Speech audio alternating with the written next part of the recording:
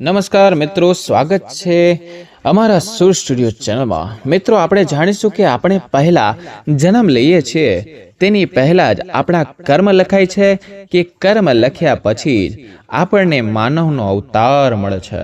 બધા પ્રશ્નોના જવાબ આ વિડીયોમાં તમને જોવા મળશે।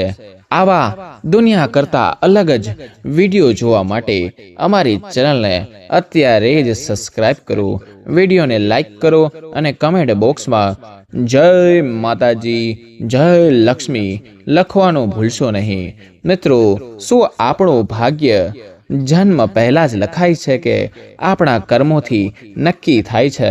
સાથીઓ, નીતિ હંમેશા ચર્ચાનો વિષય રહ્યો છે। ઘણા લોકો માને છે કે આપણું ભાગ્ય આપણા જન્મ પહેલા નક્કી થાય છે, જ્યારે અન્ય લોકો માને છે કે એવું માનવામાં આવે છે કે માણસનું કર્મ તેના ભાગ્યને નિર્ધારિત કરે છે।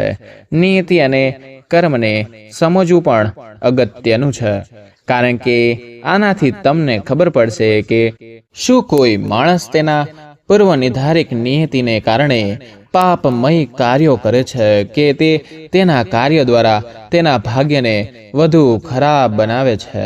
આ વિડીયોમાં તમને ખબર પડશે કે નિયતિ અને કર્મના કોણ વધુ શક્તિશાળી છે, નીતિ છે કે કર્મ છે, અને શા માટે શું નીતિ ખરેખર આપણા કાર્યો દ્વારા બનાવવામાં આવે છે?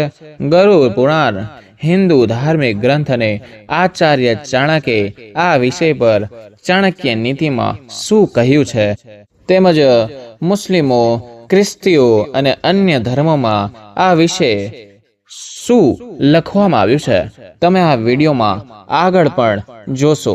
નમસ્તે મિત્રો, ચાલો પહેલા જાણીએ કે ગરુડ પુરાણમાં ભાગ્ય વિશે શું લખવામાં આવ્યું છે।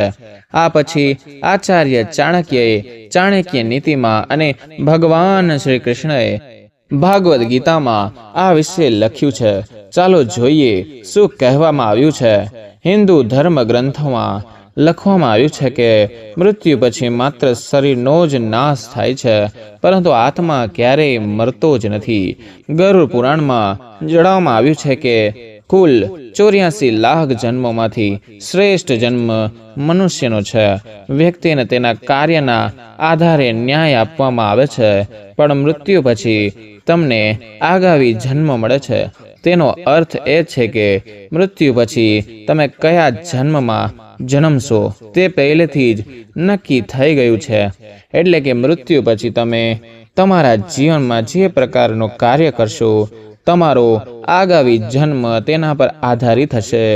ગરુડ પુરાણ અનુસાર જે વ્યક્તિ ધર્મ, વેદ, પુરાણ જેવા ધાર્મિક ગ્રંથોનું અપમાન કરે છે, તે ભગવાનમાં માનતો નથી અને તેને ગાળો આપે છે, આવા નાસ્તિક વ્યક્તિનો આગવી જન્મ કૂતરાની યોનિમાં થાય છે।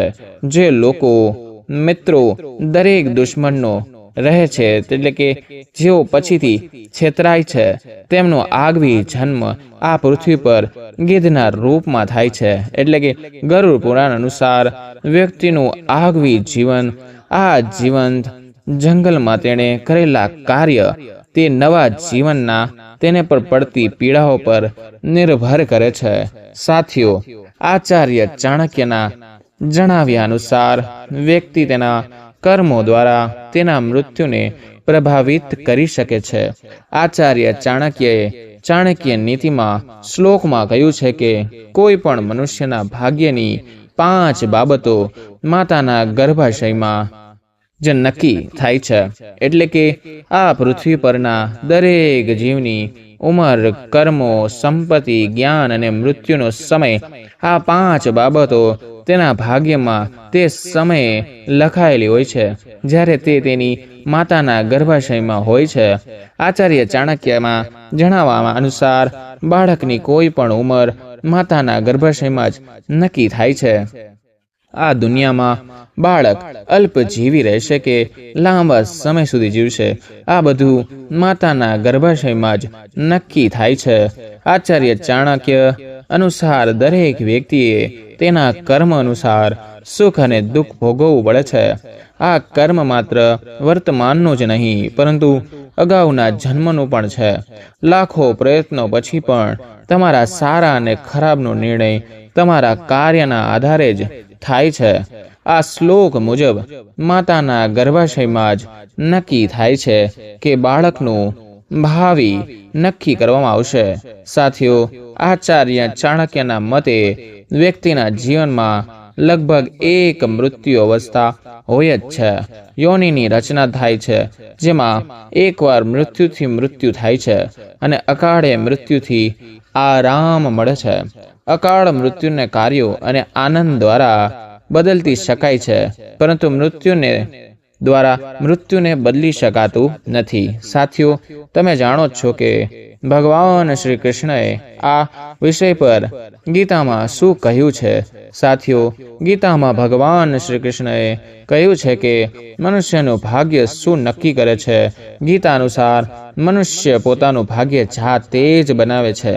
આજે જીવનના દરેક તબક્કે આપણા વિચાર, આપણું વર્તન અને આપણા કાર્ય આપણું ભાગ્ય નક્કી કરે છે. ભગવાન શ્રી કૃષ્ણની જન્મની વાર્તા હિન્દુ ધાર્મિક ગ્રંથોમાં કહેવામાં આવ્યું છે કે જેમાં કંસ માટે ભવિષ્યવાણી કરવામાં આવી છે. તે દેવકીના 8મા સંતાન દ્વારા મારવામાં આવશે. આ ભવિષ્યવાણી સાચી ના પડે તેની ખાતરી કરવા માટે કંસે શક્ય તેટલું બધું જ કર્યું. તેઓ તે કરી શકતા હોત મિત્રો, પરંતુ અંતે તેમના ભાગ્ય અનુસાર કંસનું મૃત્યુ માતા દેવકીના 18મા સંતાન ભગવાન શ્રી કૃષ્ણ દ્વારા થયું હતું. કંસને પોતાના ભાગ્યથી બચવા માટે આટલું બધું કરવાની જરૂર ન હતી. તેને ફક્ત તેના કર્મમાં સુધારો કરવાની જરૂર હતી. તે તેની શક્તિમાં હતું. જો તેણે અન્યાયનો ત્યાગ કર્યો હોત અને પ્રામાણિકતાના માર્ગ પર આગળ વધ્યો હોત તો શક્ય છે કે ભગવાને તેને ક્ષમા આપી હોત, પરંતુ તેણે અન્યાયનો માર્ગ આગળ વધારવાનું ચાલુ જ રાખ્યું અને તે પાપી કાર્યોના કારણે તે પોતે મૃત્યુ પામ્યો. મિત્રો, સનાતન ધર્મશાસ્ત્ર અને પુરાણો અનુસાર માત્ર કંસ જ નહીં, આ જગતમાં જન્મેલા દરેક જીવનું ભાગ્ય જન્મ પહેલા જ નક્કી થાય છે. કોઈ વ્યક્તિનો જન્મ ક્યારે થશે, તે શું કરશે અને તે પોતાનું આખું જીવન કેવી રીતે વિતાવશે, આ બધું તેના જન્મ પહેલા જ નક્કી થઈ જાય છે. જે થાય છે તે મુજબ વ્યક્તિનો અગવી જન્મ થાય જ છે, પરંતુ તેનો અર્થ એ નથી કે આપણે બધું નિયતિ પર છોડી દેવું જોઈએ, કારણ કે નીતિ પણ કર્મ દ્વારા બદલી શકાય છે. હિન્દુ ધર્મમાં નીતિને નીતિ જ કહેવામાં આવે છે. નીતિ એટલે કે આપણું વર્તમાન જીવન તે અગાઉના જન્મોના સંચિત સકારાત્મક અથવા નકારાત્મક કર્મનું પરિણામ છે. હિન્દુ પુરાણોમાં કહે છે કે આપણું ભાગ્ય આપણા ભૂતકાળના કર્મોથી બને છે, પરંતુ આ ભાગ્ય વર્તમાન કર્મોથી પણ પ્રભાવિત થાય છે. તેથી આપણે આપણા કર્મોને સુધારવાનો ખાસ પ્રયાસ કરવો જોઈએ અને આપણું ભાગ્ય પણ સુધારવું જોઈએ. જેઓ પોતાના નિયતિ કરતાં પોતાના કર્મમાં વધુ વિશ્વાસ રાખે છે, ભગવાન તેમના કર્મને નીતિમાં ફેરવે છે. સાથીઓ, આ દુનિયામાં કર્મમાં વિશ્વાસ રાખનારા લોકો કહે છે કે નીતિ કાંઈ નથી અને નીતિવાદી લોકો કહે છે કે નીતિમાં જે પણ છે કંઈક લખાયું હશે તે જ થશે. પણ શું તમે ક્યારેય વિચાર્યું છે કે કર્મ અને નીતિમાં કોણ શ્રેષ્ઠ છે?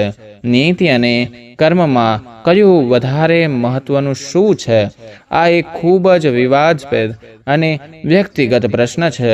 સાથીઓ, નીતિ અને કર્મને વધુ સારી રીતે સમજવા માટે પુરાણો વાંચો. એક વાર્તાનો ઉલ્લેખ છે જેમાં એકવાર દેવર્ષિ નારદજી વૈકુંઠ ધામ ગયા. ત્યારે તેમણે ભગવાન વિષ્ણુને નમન કર્યું. નારદજીએ શ્રી હરિને કહ્યું, ભગવાન, હવે પૃથ્વી પર તમારો પ્રભાવ ઓછો થઈ રહ્યો છે.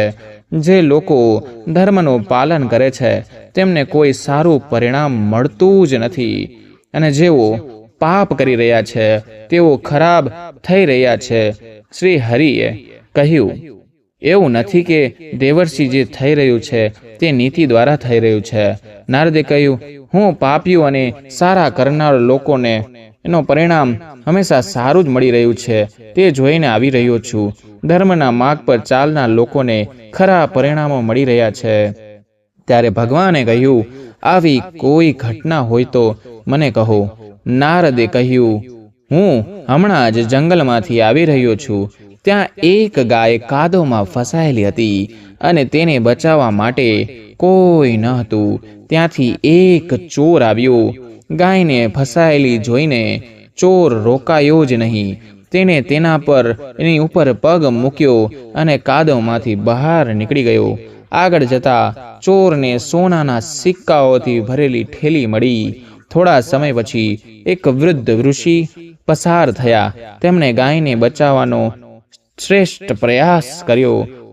મારા શરીરની બધી શક્તિઓનો ઉપયોગ કર્યો તે ગાયને બચાવીને, પણ મેં જોયું કે ગાયને કાદવમાંથી બહાર કાઢ્યા પછી જ્યારે સંત આગળ વધ્યા ત્યારે તે ખાડામાંથી પડી ગયા.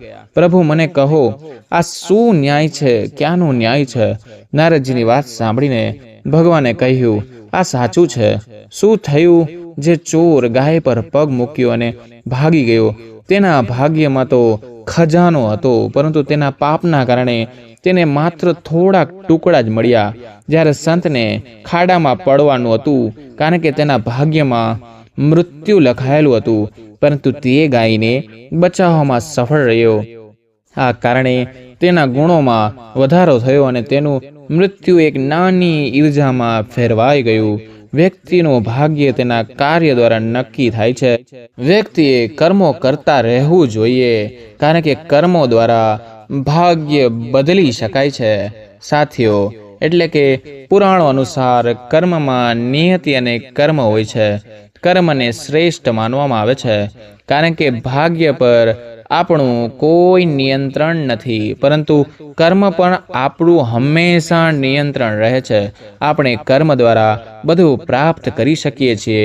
બીજા શબ્દોમાં કહીએ તો કામ એ જ કર્મનું પ્રમાણ છે. નિયતિ કર્મ દ્વારા બનાવવામાં આવે છે, તેથી જ કર્મને શ્રેષ્ઠ માનવામાં આવે છે. એવું માનવામાં આવે છે કે મિત્રો, હું પણ માનું છું કે નસીબ અને કર્મ બંને મહત્વપૂર્ણ છે, પરંતુ કર્મ ભાગ્ય કરતાં વધુ મહત્વપૂર્ણ છે, કારણ કે કર્મ આપણા નિયંત્રણમાં છે, નસીબ આપણા નિયંત્રણમાં નથી. કર્મ દ્વારા આપણે આપણું ભાગ્ય સુધારી શકીએ છીએ. નીતિ દ્વારા આપણે તમારા કર્મને સુધારી શકતા નથી. જો તમે સખત મહેનત કરીને સફળ થશો તો તે તમારા કર્મના કારણે પણ છે, એટલે કે તમારે કર્મ કરતા રહેવું પડશે.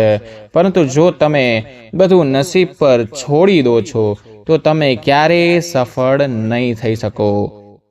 મિત્રો, નસીબ અને કર્મ સંપૂર્ણપણે અલગ છે.